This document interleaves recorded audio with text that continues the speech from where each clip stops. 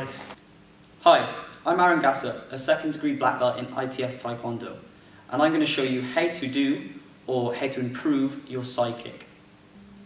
Right, okay, the easiest way to first do the side kick is to actually be in a parallel position, so my toes are pointing towards you, but I'm going to be either kicking this way if obviously I'm doing my right leg, or this way if I'm doing my left. The reason why it's easier to start from a parallel position is because already my shoulders, hips and foot are in line. So really all I have to do is lift my leg in, extend out, and I've got a side kick. So when you're first learning, try not to reposition your hip in any way, because obviously your kick will be off angle. So obviously if I'm going towards you, when I lift now, it'll be in a straight line. Whereas obviously if I change or do anything with my hip, or put it over here, then my kick goes over here, my butt showing towards you, obviously you want the kick going directly towards you just to start off with. Obviously I'll discuss the other aspects of the side kick when we'll break it down into more detail later on.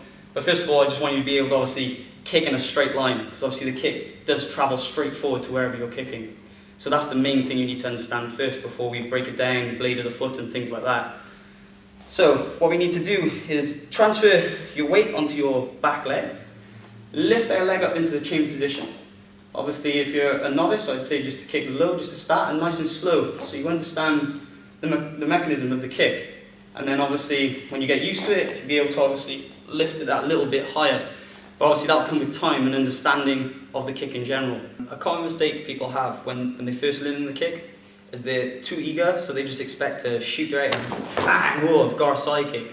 But it kind of doesn't work like that. Well, unless you really want if you want a really good side kick, it doesn't work like that. You have to obviously work at it, get it better, progress it. If you just fling your leg out to the side, it's obviously not going to be a very good side kick. Right, okay, so let's move on to the other aspects of the kick. So obviously you can get a better understanding of how to do it and how to get more power. So first things first, when you're kicking with a side kick, your knee is very important. If my knee is pointed directly to the side, my kick comes in and I blade my foot. Or obviously strike with the heel as well, you can. But if my knee is pointed slightly upwards, the kick changes completely and becomes basically a little bit of a diagonal kick, what I like to call a fried kick, between the front snap kick and a side kick. Obviously that makes it very difficult then, if it is that way, to creep under the opponent's guard and obviously penetrate the body, just go straight in. So obviously you want it bladed, so it can creep into the body and obviously score your point, or obviously if you want to go for the damage, the power aspect, you can thrust straight in there with that kick and damage the opponent. Also, when you extend, I keep saying, make sure obviously your shoulder, hip and foot are in line.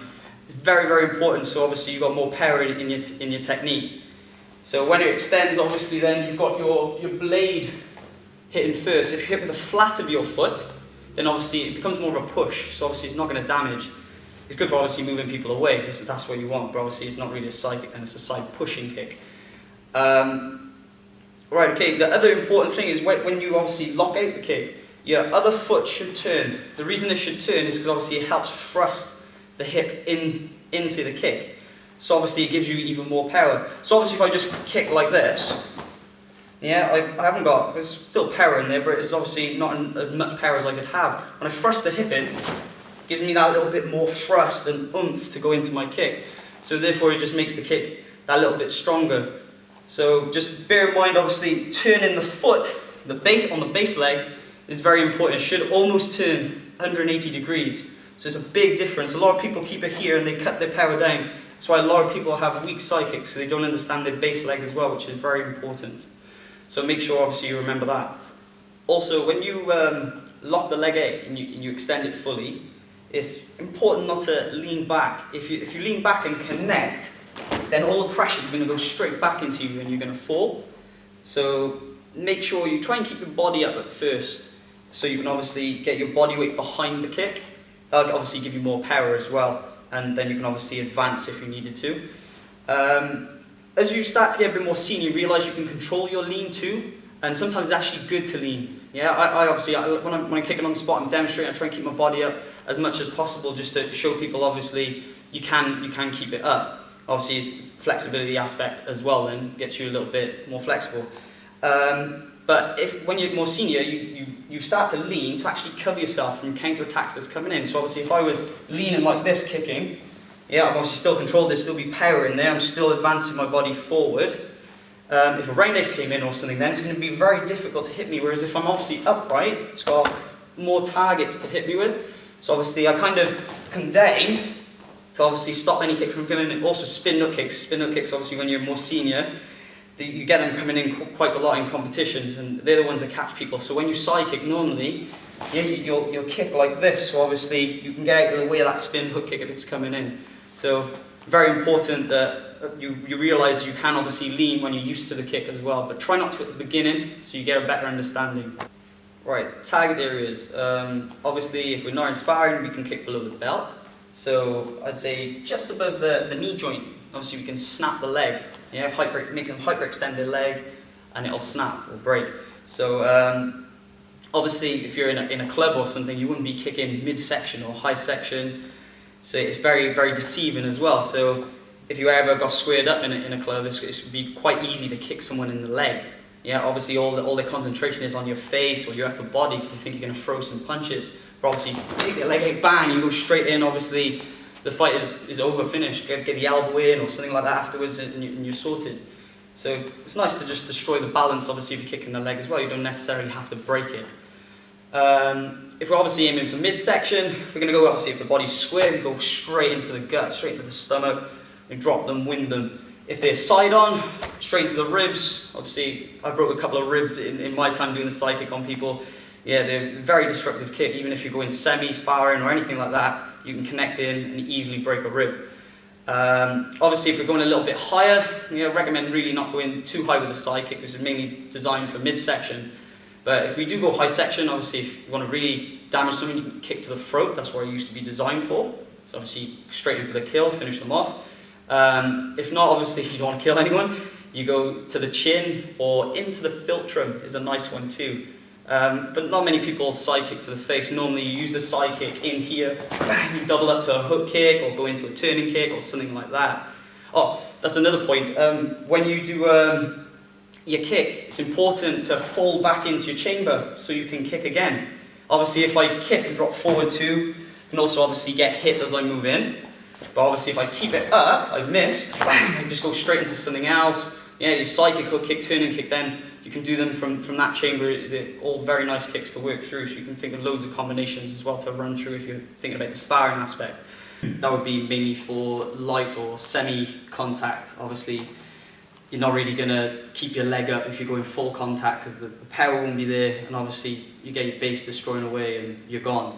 So this mainly, obviously, if you're doubling up, would be for the light or semi-sparring. So just bear that in mind. Obviously, don't want you doing that in full contact fight, getting your leg sweep and then saying to me, oh, what happened? Alright. Now, different ways of getting into the side kick.